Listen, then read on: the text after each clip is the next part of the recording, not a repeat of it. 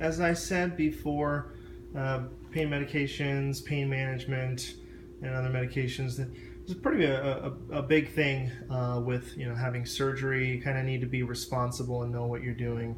A lot of people, because of their state of anxiety after a trauma like this, would sort of maybe be using more medicine than they need to be and becoming more dependent on it. I would recommend that you pretty much take the medication on a schedule for the first, like 3 to 5 days, because that's the most significant period of time where you have pain after surgery.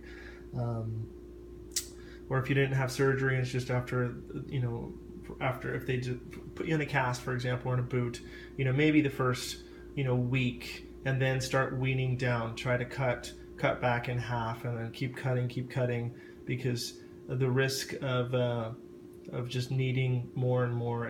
I would just recommend that you don't put yourself in a position where you're going to start another problem, whether that's constipation and a bowel obstruction, or whether that's a drug dependency. I was taking oxycodone and other medications. I was taking the vitamin D. I was taking Flexeril because of muscle spasms that were like waking me up and keeping me up. Immediately after surgery, for like the first, I'd say 3 days, I would have maybe 2 hours naps. I wouldn't be able to sleep because you wake up from pain and you have to take your next dose of 15 milligrams of oxycodone. That was just the reality of things.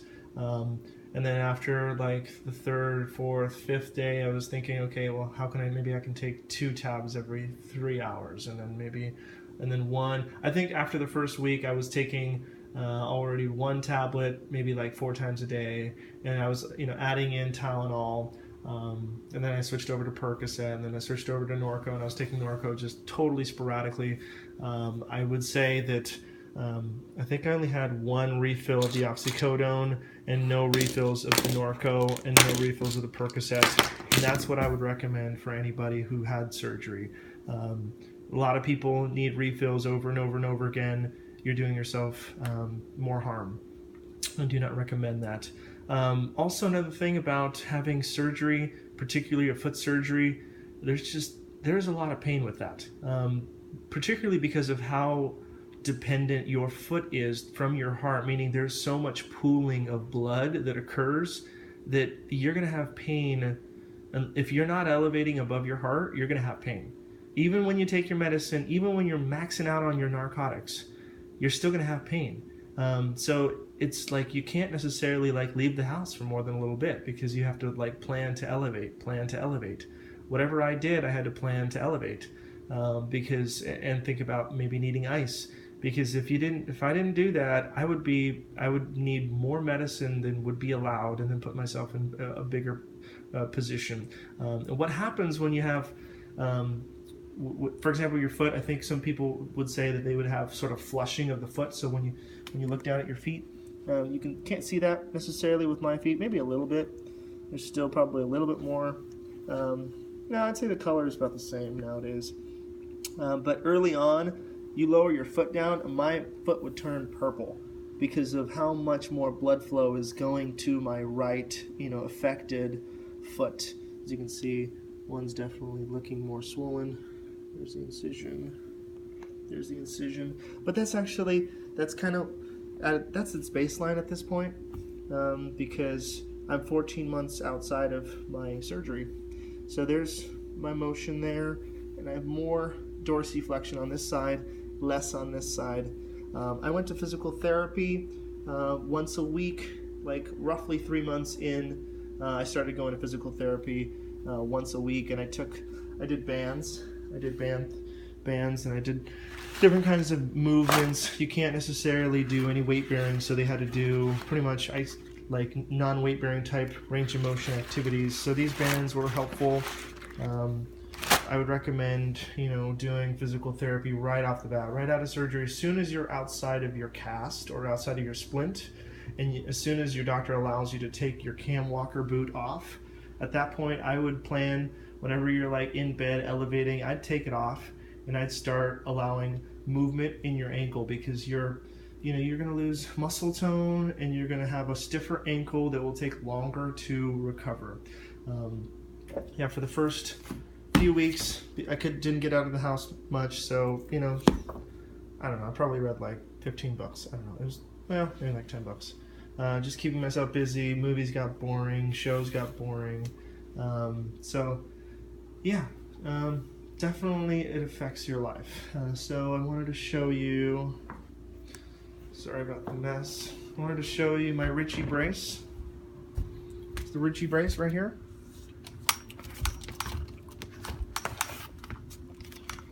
That's what it looks like. So it's casted to my foot, and then they cut this out, and they cut this out, and then they put hinges on it, and they put this soft kind of insole, and it's the arch is like made to the foot because it's casted, and you just put it in any shoe. Actually, not any shoe.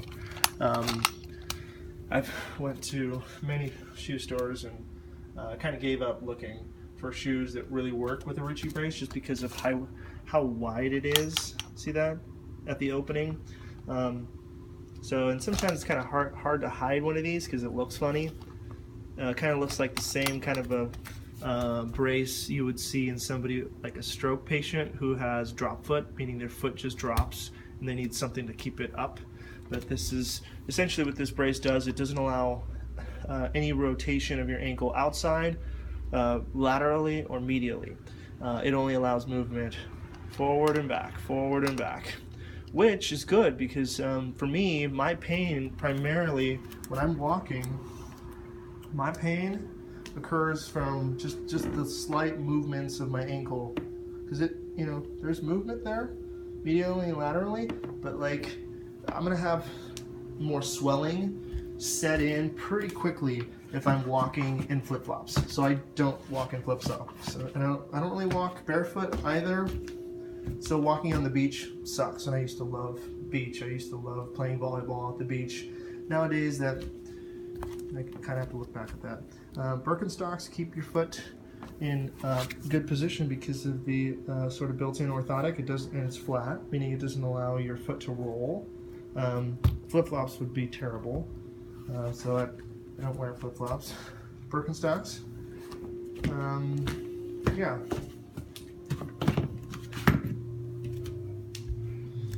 So there's my crutches that I used for a period of time. This is the Cam Walker boot. You know, it's got Velcro straps. How this works is when you tighten it up, make it snug, there's a lot of compression, and it cuts back on the swelling, and it prevents any new swelling from occurring. It also, because it's like hard metal framed, when your foot is in it, it doesn't, it takes away the weight bearing of your talus across the rest of your leg, which is good because then it doesn't allow for the talus to collapse.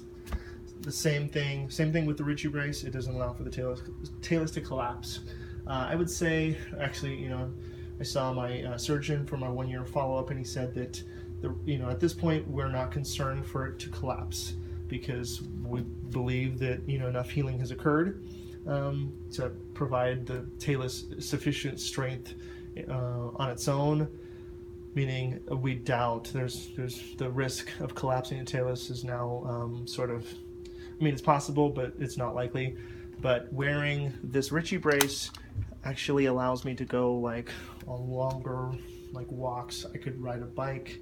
I actually ran 3 miles in 30 minutes, and yeah, I had swelling afterwards.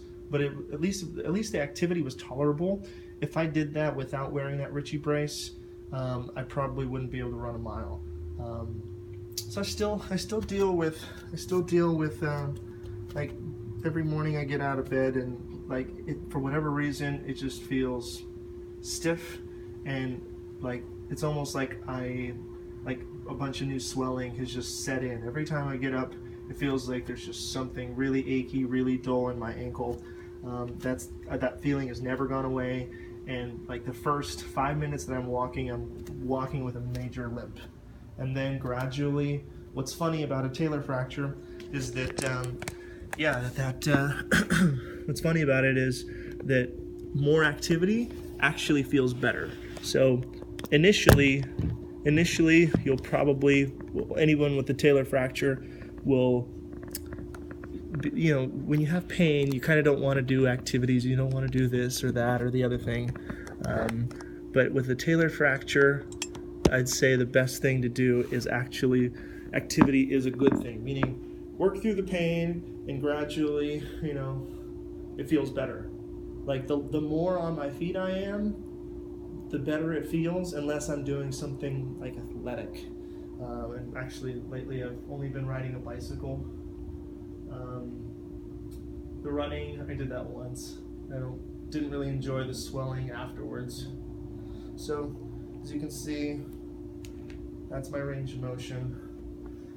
Going down, leaning forward, that's my full motion here. See, my heel is lifting up as opposed to my left one. I can go all the way there before the heel lifts up.